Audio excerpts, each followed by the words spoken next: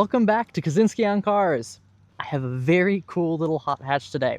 This is going to be a 2025 Toyota GR Corolla. Before I go any further, I want to thank the kind people at Sarah Toyota in Saginaw for letting me use this car for the review today. If you are in the market, this one is available, and not only does it not have a markup, but it is under MSRP. If you're interested, let Sam know. He is an enthusiast like myself and would be more than happy to help you out. So let's talk about this GR Corolla a little bit. This is a Premium Plus painted in supersonic red. All GR Corollas are going to get your 18-inch forged NK wheels, which I think look beautiful. And they all have the signature tri-muffler setup, which I think also looks really, really awesome. Now, with this being a Premium Plus, you do also get the carbon roof, which adds a really cool look to this vehicle. And then all GR Corollas do have Michelin Pilot Sport 4 tires.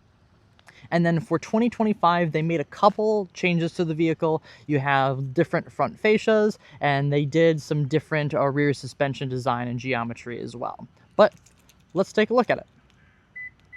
Typical Toyota key. GR logo on the back. Now, with this being a hatchback, you do have a good amount of space. With that said, it is limited ever so slightly by the rake in which this hatch opens. So down here you have a lot of room, but you do have a pretty high load floor, which does hold your battery as well as my camera equipment, and then a fix-a-flat. But you do have the ability to fold those seats down as well as take down this cargo cover, and that does aid overall space quite a bit. As you can see, there's quite a bit of a slant to the cargo area. This one also does have the nice wing, which I think looks really, really cool. And then coming to the back, I can sit behind myself pretty comfortably. Now, keep in mind, for everyone at home, I am not the tallest individual in the world. I'm about 5'7" on a good day, but I have a decent amount of legroom. Headroom is a little tight, but not too bad. I have fold-down cup holders as well as mat pockets, as well as a cup holder back here as well. Materials back here are what you'd expect for a little hot hatch, but I do have a nice padded armrest, so that is a bonus for sure. But let us go up front and let's talk about the interior.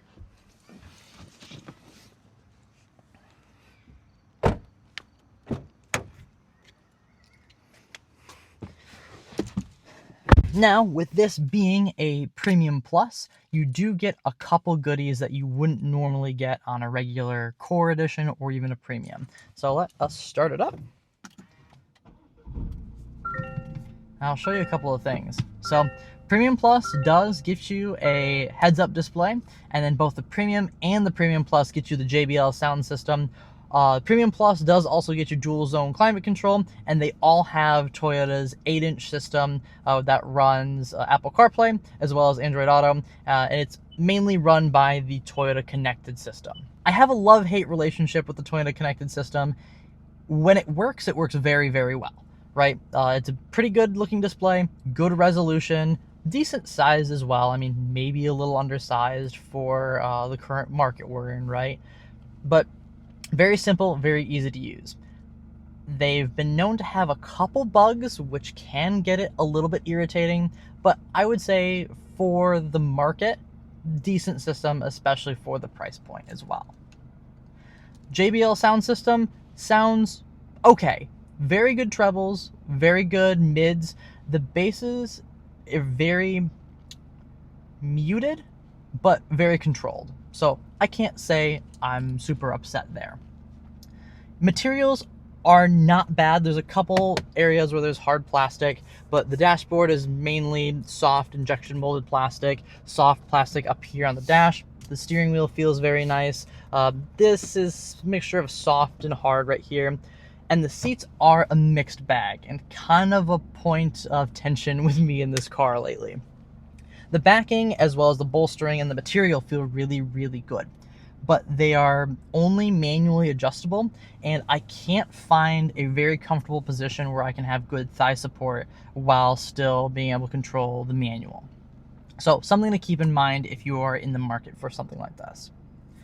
Digital gauge cluster looks really, really good. You have a lot of customizability. You can make that a half moon as it is right now, or you can make it a linear graph, which is really, really cool. And then you can have a bunch of different little icons in each corner as well. Overall, I think the interior is okay, but given the fact that this kind of does compete with Civic Type R as well as Golf R, I think it's probably a tick below those as far as interior creature comforts as well as materials and build quality. Lastly, I will admit there has been a slight rattle here in the headliner that's been a little annoying lately, and I also want to mention there is no center armrest, and I thought that was going to be a huge deal, but given the fact that this is a manual transmission and you can rest your hand here pretty easily, I don't think that's that big of a deal, but something you definitely want to look at, and it does decrease overall storage as well, so just keep that in mind. Before we take this for a drive, let's take a look at what is powering this thing.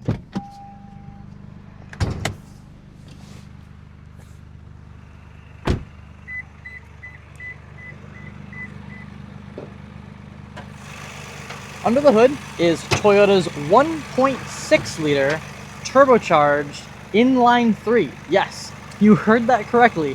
3 cylinders that only displays 1.6 liters. This thing is good for about 300 horsepower, and the new 2025s are all good for 295 pound-foot of torque. And now for 2025, that is connected to one of two transmissions, either a Toyota 8-speed automatic, just a regular torque-converted automatic, or a 6-speed manual. Today, we do have the manual, and then all of those are connected to the GR4 all-wheel drive system, which actually overdrives the rear axle, so you can get a little bit more rotation and rear bias out of it, as well as those are connected to Torsen limited slips, both at the front and at the rear. So grip in this thing is really, really out of this world. But enough of my talking. Let's see how it all gets put together on the road.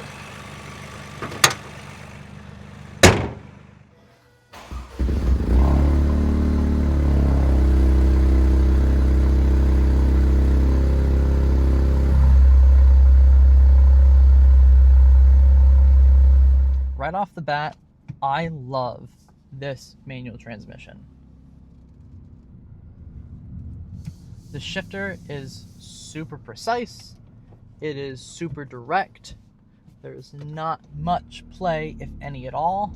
And for it being a transverse style shifter, I think it's actually quite amazing.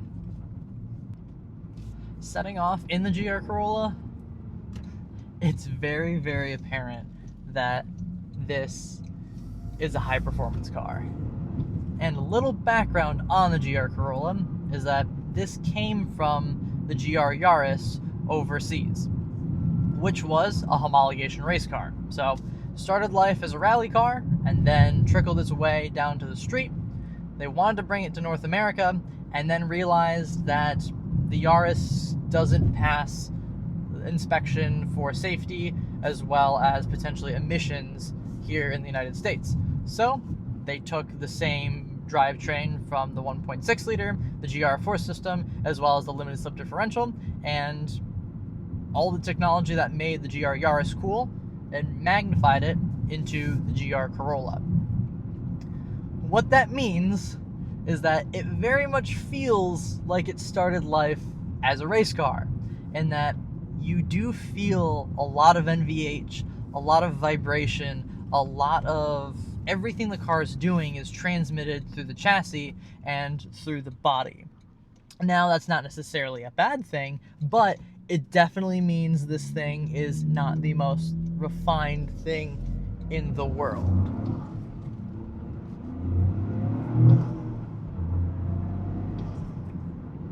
Around town, the 1.6 liter definitely has some harsh noises that it makes, you know, below 3,000 RPM while it's not in boost or it's being a little bit lugged. But the transmission is phenomenal. The gearing is very tight. The shifter itself is amazing. Plus, Toyota kindly gives us auto rev matching, what they call IMT. So that makes daily driving very, very easy. The ride quality is not bad. It's definitely on the firm side, and there's no hiding that. With that said, it's pretty properly damped in that very rarely do I get a bump that absolutely jars my teeth out, in which I appreciate, and I think that's more than a lot of older hot hatches of yore could claim.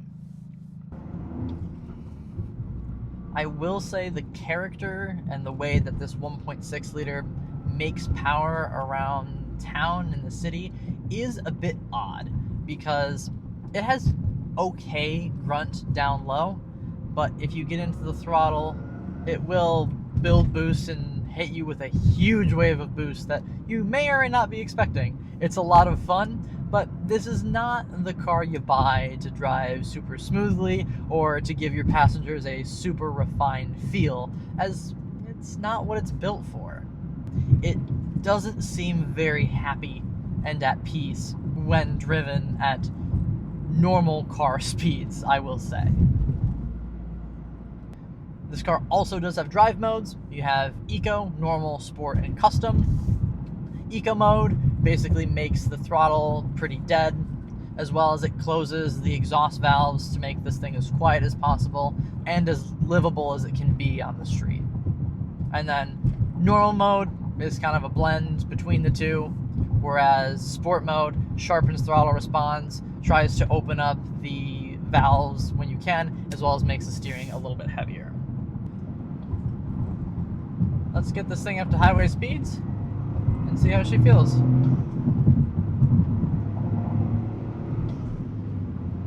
Mid-range pull is so impressive in this car.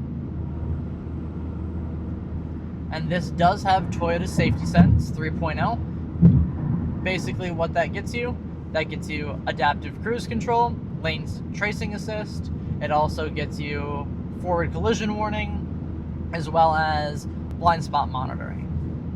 The adaptive cruise control and lane keep assist are very good in this car.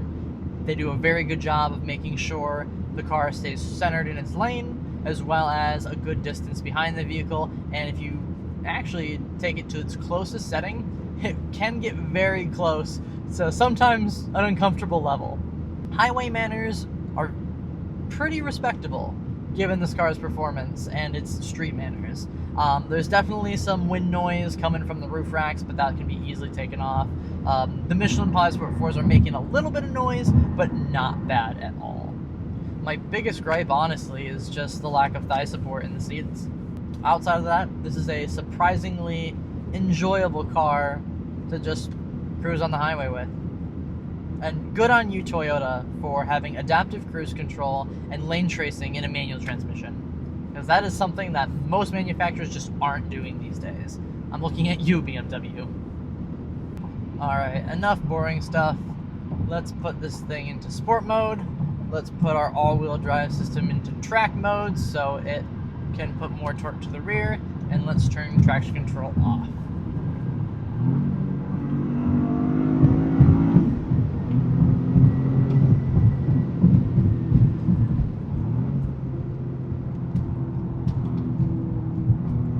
Front end grip is very good. It ever so slightly rotates on liftoff.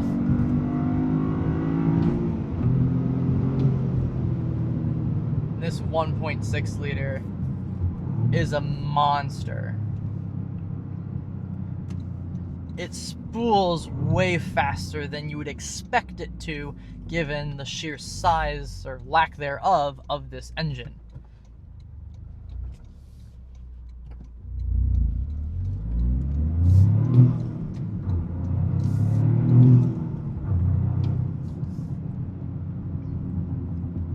This car has tons and tons of character.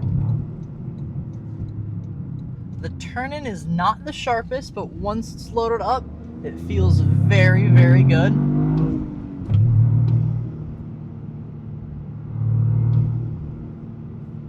It has a little bit of body roll, but not a ton. It feels very controllable.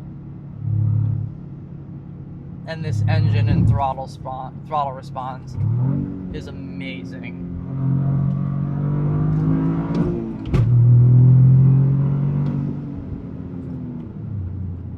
This is where this car absolutely excels. It just begs to be driven hard all the time, and that's what it's really best at. With that said, let's get the draggy out and let's see what it can do on a run to 60. Got an expert mode.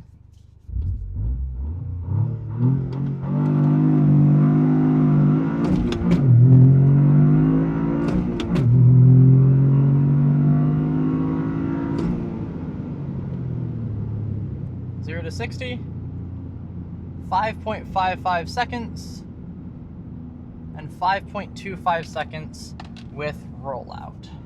Keep in mind that was the first one I did. I think this car is a lot more capable. The all-wheel drive system does a very good job at distributing torque where it needs to go, which is very impressive. You have grip for days with the limited slip and the rear diff. One thing I will notate though, in normal mode, it definitely feels more front wheel drive than I would expect. Toyota claims about 60-40 weight in power torque distribution. I would say it feels a little bit more front biased than that, but track mode as well as gravel mode definitely fix that for sure.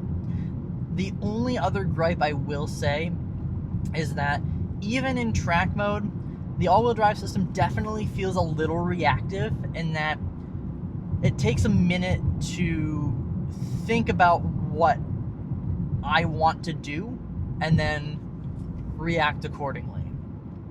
With that said though, this car is an absolute sweetheart to drive, and drive quickly.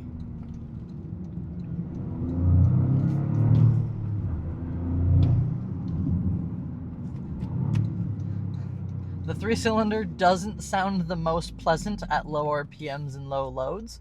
With that said, I think it sounds very, very good past 4,000 RPM. It is an absolute blast and a half to ring out.